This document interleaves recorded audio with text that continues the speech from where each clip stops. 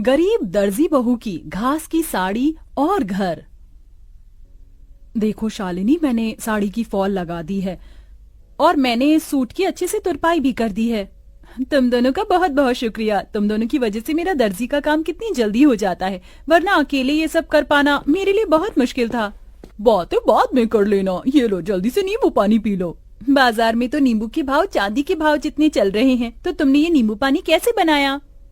वो पड़ोस वाली काकी है ना, उनकी नौकरानी आज नहीं आई थी, तो मैंने उनके घर के थोड़े बहुत काम कर दिए थे, इसलिए उन्होंने पैसों के बदले मुझे ये नींबू दे दिए। ये भगवान भी कैसे कैसे दिन दिखाता है। हम गरीबों को गर्मी के मौसम में नींबू पानी पीने के लिए भी हमें कितनी मेहनत करनी पड़ती है। अदिति की बात सुन बाकी बहुएं उदास हो जाती हैं। शालिनी इन सभी बहू में से सबसे बड़ी बहू थी जो दर्जी का काम करती थी। वहीं बाकी घर संभालने के साथ साथ शालिनी के दर्जी के काम में मदद भी किया करती थी। इन पांचों के पति सड़कों पर झाड़ू और मजदूरी करने का काम करते थे, जिससे ये मुश्किल से 2 वक्त की रोटी ही खा पाते थे।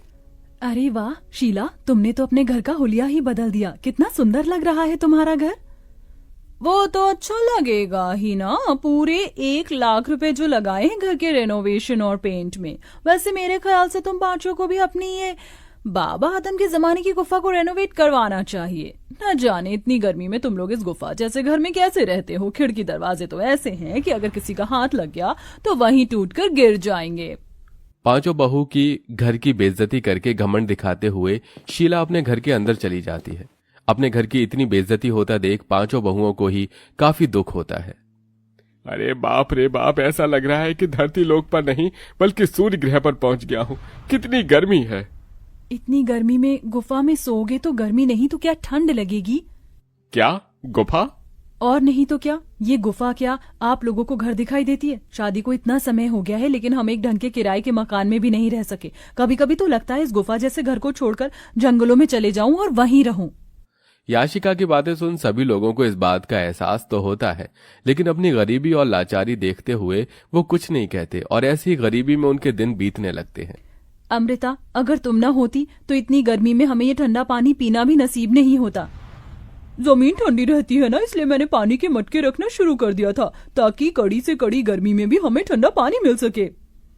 कल रात थोड़ी बहुत चैन की नींद नसीब हुई थी।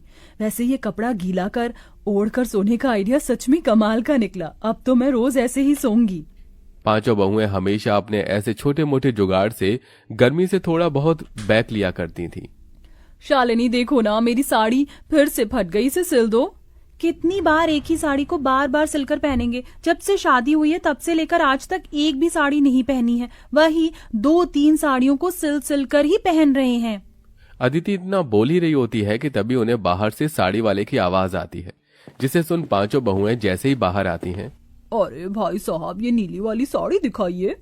अरे बहन जी, आप लोग वहाँ क्यों खड़ी हैं? देखिए मेरे पास एक से बढ़कर एक साड़ियाँ हैं, बनारसी, सूती, लखनवी, जरी वाली। बताइए कौन सी साड़ी दिखाऊं?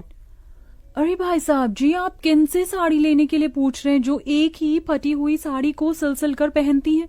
इनकी एक सूती की साड़ी लेने की तो औकात नहीं है। ये क्या ही महंगी साड़ियाँ लेंगे। अपनी पड़ोसन मोना और अलीशा को अपनी इतनी बेइज्जती करता देख पांचों बहू की आंखों में आंसू आ जाते हैं और वो सीधा घर के अंदर चली जाती हैं। पांचों बहुएं इस गर्मी और गरीबी से परेशान हो चुकी थीं। पांचों बहुएं आंगन में बैठ एक दिन झाड़ू बर्तन कपड़े कर रही होती हैं कि तभी अचानक जोरों से हवाएं चलनी शुरू हो जाती हैं। लगता है बहुत जोरों से तूफान आने वाला है। चलो जल्दी घर के अंदर चलते हैं। पांचों बहुएं जैसे ही घर के अंदर जाने लगती हैं कि तभी तेज आंधी की वजह से उनके घर की छत उड़ जाती है और साथ ही साथ उनके घर की दीवारें भी टूटकर बिखर जाती हैं। हे भगवान, ये तूफान गांव में नहीं बल्कि हमारी जिंदगी में आया। अब हम लोग कहाँ रहेंगे? अपने घर के टूट जाने की वजह से पांचों बहुएं बहुत रोती हैं। शाम होते ही इन सब के पति घर आते हैं और ये सब नजारा देख उन्हें भी काफी दुख होता है, जिसके बाद अब वो सभी सिर छुपाने के लिए जंगल की तरफ बढ़ते हैं और एक बड़े से पेड़ के नीचे बैठकर अपनी रात वहीं गुजार लेते हैं।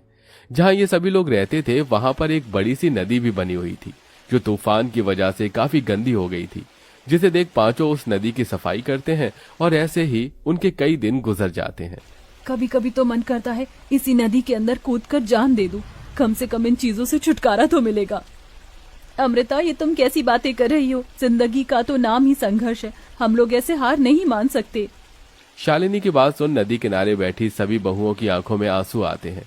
तभी उनके आंसू नदी के अंदर जा गिरते हैं। उनके आंसू जैसे ही नदी के अंदर जाते हैं तो नदी के अंदर एक सुनहरी रोशनी चमकती है और देखते ही देखते उनके सामने नदी की रानी बाहर आती है। कौन हो तुम? मेरा नाम नंदिनी है और मैं इस नदी की रानी हूँ। तुम पांचों ने मेरी नदी को साफ किया, यहाँ आसपास सफाई रखी और आज तुम लोग बैठकर ऐसे रो रहे हो। बताओ, तुम लोग क्यों रो रहे हो? उस रानी की बात सुन सारी बहुएं उसे सारी बात बताती हैं, जिसे सुन वो रानी पांचों बहू को अपने साथ नदी के अंदर ले जाती है। उस नदी के अंदर की जमीन, मछली, घर सब कुछ घास का बना हुआ था। ये सब देख पांचों बहुएं बहुत हैरान होती हैं। ये सब हकीकत है या कोई सपना? ये सपना नहीं, हकीकत है। ये घास जादुई घास है जिसकी मदद से तुम लोग कुछ भी बना सकते हो और वो चीज बिल्कुल असली चीज की तरह ही काम करेगी। तुम लोग चाहो तो यहाँ से ढेर सारी जादुई घास ले जा सकते हो। नदी की रानी, आपका बहुत बहुत। पांचों बहुएं उस जादुई नदी के अंदर से ढेर सारी जादुई घास लेकर आती हैं और सबसे पहले उन जादुई घास से अपना घर बनाने लगती हैं। क्या इस घास से हम लोगों का घर बन पाएगा? ये मामूली नहीं, जादुई घास है। नदी की रानी ने कहा था कि इस घास से बनी हुई सभी चीज असली चीजों की तरह ही काम करती है। क्या पता ये घास का घर भी हमारा असली घर हो। पांचों बहुएं कुछ घंटे के अंदर एक बहुत बड़ा सा घास का घर तैयार कर देती हैं, जिसमें वो पांचों अलग अलग कमरे भी बनाती हैं। साथ ही साथ वो बाथरूम और रसोई घर भी बनाती हैं, जिसमें घास का चूल्हा, घास के बर्तन और कमरों में घास का पलंग, कुर्सी। जादुई घास होने की वजह से सारी चीज असली चीजों की तरह बिल्कुल मजबूत हो चुकी थी। मुझे तो यकीन ही नहीं हो रहा कि हम लोग अपने घर के अंदर खड़े हैं, वो भी एक ऐसा घर जो असली घर से भी ज्यादा मजबूत और अच्छा हो। अब तो हम यहाँ आराम से रहेंगे। जादुई घास होने की वजह से हमारा ये घास का घर भी कितना ठंडा है। अब तो यहाँ हमें बिल्कुल भी गर्मी नहीं लगेगी। पांचों बहुएं अपने अपने पतियों के साथ आराम से घर में रहती हैं और ऐसे ही कुछ दिन गुजर जाते हैं। सच में अब तो हद हो गई है। मन कर रहा है ये बची कुची साड़ी ले जाकर फेंक दूं। क्या हुआ अदिति, तुम इतने गुस्से में क्यों हो? गुस्सा ना करूं तो खुशी के मारे नाचूं। उस दिन तुमसे साड़ी सिलवाई थी, देखो आज फिर से ये साड़ी फट गई। अदिति की बात सुन शालिनी के मन में एक ख्याल आता है, जिसके बाद शालिनी दोबारा उस जादुई नदी के अंदर जाती है और वहां से ढेर सारी जादुई घास लेकर आती है और अपनी सिलाई मशीन पर बैठकर कुछ घंटे के अंदर ही घास की बनी हुई 5 साड़ियां तैयार कर देती है। साड़ियों के बॉर्डर पर वो तरह तरह के फूल भी लगाती है, जिसके बाद अब जैसे ही पांचों बहुएं उस घास की साड़ियों को पहनती हैं, इस घास की साड़ी को पहनकर तो ऐसा लग रहा है कि मानो जैसे मैंने रुई की साड़ी पहन रखी हो। अब इन घास की साड़ियों में हमें बिल्कुल भी गर्मी नहीं लगेगी और हम आराम से रहेंगे। पांचों बहुएं उस घास की साड़ियों को पहनकर काफी खुश होती हैं। जिस तूफान से इन पांचों का घर टूटा था, उस तूफान में गांव में और भी कई लोग थे जो बेघर हो गए थे। ये सब देख पांचों बहुएं उन लोगों के लिए जादुई घास से घर बनाती हैं। अरे आप लोग तो हमारे लिए देवी हो। जो चीज सरकार और अमीर लोग न कर सके वो आपने कर दिया। आपका एहसान हम कैसे चुकाएंगे।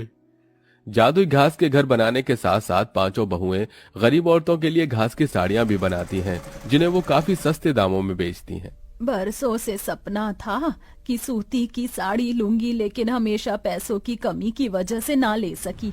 लेकिन आज आपकी वजह से मैं रुई जैसी मुलायम साड़ी पहन सकूंगी। आपका बहुत बहुत शुक्रिया। जरूरतमंदों की मदद कर पांचों बहू काफी खुश थीं। वो घास की साड़ी बेचकर थोड़े बहुत पैसे भी कमा लिए थे, जिनको अब वो बुटीक में लगाती हैं और बुटीक खोलती हैं। घास की तरह तरह की ड्रेस बनाकर बेचती हैं और अब उन सब के पति अपना खुद का काम शुरू कर देते हैं, जिससे अब धीरे धीरे उनकी जिंदगी सही राह पर आने लगती है। के लिए